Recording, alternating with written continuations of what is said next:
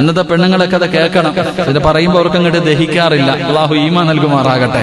എന്റെ പ്രിയപ്പെട്ടവരെ, പൂച്ചയെ ഓടിക്കരുത്. അപ്പം ചോദിക്കും, ഉസ്താദ് മീൻ മോട്ടിച്ചാ അത് മോട്ടിച്ചാൽ നിനക്ക് സദക്കയുടെ കൂലി കിട്ടും. അള്ളാഹു അതിന് എഴുതിയിരിക്കണല്ലേ.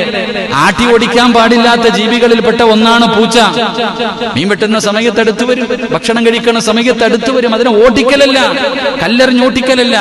എന്റെ പ്രിയപ്പെട്ടവർ, അതിന് ഭക്ഷണം കൊടുക്കണം.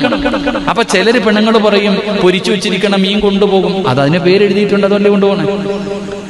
അങ്ങനല്ലേപ്പാ, എന്തെങ്കിലും ഉണ്ടായിരിക്കണേ. പൂച്ച നിങ്ങളുടെ ഭാര്യമാര് നിങ്ങൾ ഇവിടെ നിന്ന് പായിപ്പാട് മാർക്കറ്റിൽ നിന്ന് നല്ല അയിലയൊക്കെ മേടിച്ച് വീട്ടിൽ കൊണ്ടുവച്ചു. എന്തോ ശബ്ദം കേട്ടു, ഭാര്യ അങ്ങോട്ടോ തിരിച്ചു വന്നപ്പോഴത്തേക്ക് പൂച്ച കൊണ്ടുപോയി. കുറ്റം പറയാൻ പറ്റുമോ?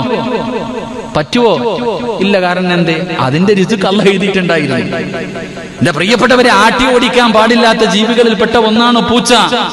റസൂലുള്ളാഹി സ്വല്ലല്ലാഹു അലൈഹി വസല്ലം തങ്ങളുടെ വസ്ത്രത്തിൽ കയറിയിരുന്നിട്ട് ഉറങ്ങിപ്പോയി, വിളിച്ചോടിച്ചില്ല. അതാ കാരുണ്യത്തിന്റെ പ്രവാചകൻ നബി മുഹമ്മദ് മുസ്തഫ സ്വല്ലല്ലാഹു അലൈഹി വസല്ലം തങ്ങൾ ആട്ടി ഓടിച്ചൊന്നുമില്ല.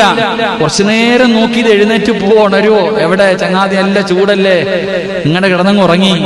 അവസാനം പ്രവാചകൻ തന്റെ വസ്ത്രം മുറിച്ചു മാറ്റി, ആ പൂച്ച ഉറങ്ങട്ടെ.